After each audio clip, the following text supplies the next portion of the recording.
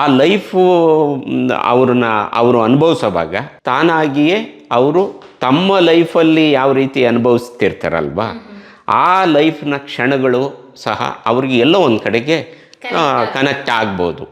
ಅವ್ರು ನೋಡಿರೋದು, ಅವರು ಓದಿರೋದು, ಅವರ ಗ್ರಹಿಕೆ ಮೇಲೆ ಹೋಗುತ್ತೆ. ಅದಕ್ಕೆ ಕೆಲವರು ತುಂಬ ಒಳ್ಳೆ ಕಲಾವಿದರು, ಇನ್ನು ಕೆಲವರು ಸಾಧಾರಣ ಕಲಾವಿದರು. ಫಸ್ಟ್ ಟೈಮು ಇಲ್ಲಿ ರಂಗಭೂಮಿ ಅಂತ ಸೀರಿಯಲ್ಗಾಗಿರ್ಬೋದು, ಸಿನಿಮಾಗೆ ಓದೋರು ಯಾರು ಫಸ್ಟ್ ಟೈಮ್ ನೀನಾಸಮ್ಮಿಂದ? ಫಸ್ಟ್ ಟೈಮು ಅಂತ ನನಗೆ ನೆನಪಾಗೋದಿಲ್ಲ. ನನಗೆ ನೆನಪಿರೋ ಹಾಗೆ ತುಂಬ ಹಳಬರಲ್ಲಿ ಕೆಲವರು ಹೋಗಿದ್ದಾರೆ. ನಮ್ಮ ಮಂಡ್ಯ ರಮೇಶು ಹಳಬರಲ್ಲಿ, ಆಮೇಲೆ ಏಣಿಗಿ ನಟರಾಜ್ ಅಂತಿದ್ರು, ಅವರು ಸೀರಿಯಲ್ ಮಾಡಿದ್ದಾರೆ. ಸಂಕ್ರಾಂತಿ ಅಂತ ಒಂದು ಸೀರಿಯಲ್ ಬರ್ತಿತ್ತು, ಅದರಲ್ಲಿ ಮಾಡಿದ್ದಾರೆ. ಆಮೇಲೆ ಸಿನಿಮಾಗಳಲ್ಲೂ ಮಾಡಿದ್ದಾರೆ.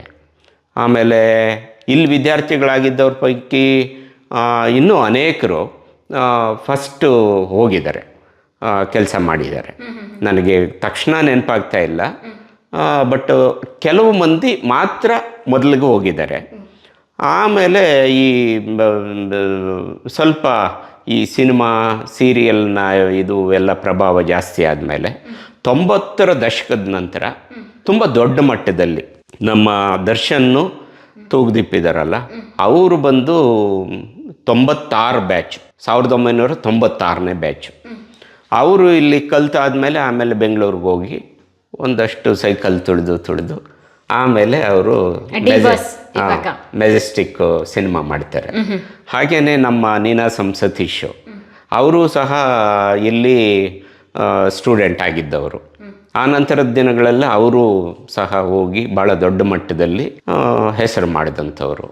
ಆಮೇಲೆ ಅಚ್ಯುತ್ ಕುಮಾರು, ಅವರೆಂತ ಪ್ರತಿಭಾವಂತ ಕಲಾವಿದ, ಎಂತ ಪಾತ್ರ ಕೊಟ್ಟರು, ಹೀರೋ ಆಗ್ಲಿ ವಿಲನ್ ಆಗ್ಲಿ, ಪೋಷಕ ಪಾತ್ರಗಳಲ್ಲಿ ಹಾಸ್ಯ ಪ್ರಧಾನ ಆಗಿರ್ಬೋದು, ಸ್ಟ್ರಿಕ್ಟ್ ಒಂದು ಪೇರೆಂಟ್ಸ್ ಪಾತ್ರ ಆಗಿರ್ಬೋದು, ಎಲ್ಲಾನು ಕೂಡ ಎಷ್ಟು ಚೆನ್ನಾಗಿ ಮಾಡ್ತಾರೆ ಅಂದ್ರೆ ಎಂತರ್ಗೂ ಕೂಡ ಅಚ್ಯುತ್ ಕುಮಾರ್ ಪಾತ್ರ ಇವಾಗ ಆ ಸಿನಿಮಾದಲ್ಲಿ ಆ ರೀತಿ ಆಕ್ಟ್ ಮಾಡಿದ್ರಲ್ವಾ ಅನ್ಸುತ್ತೆ.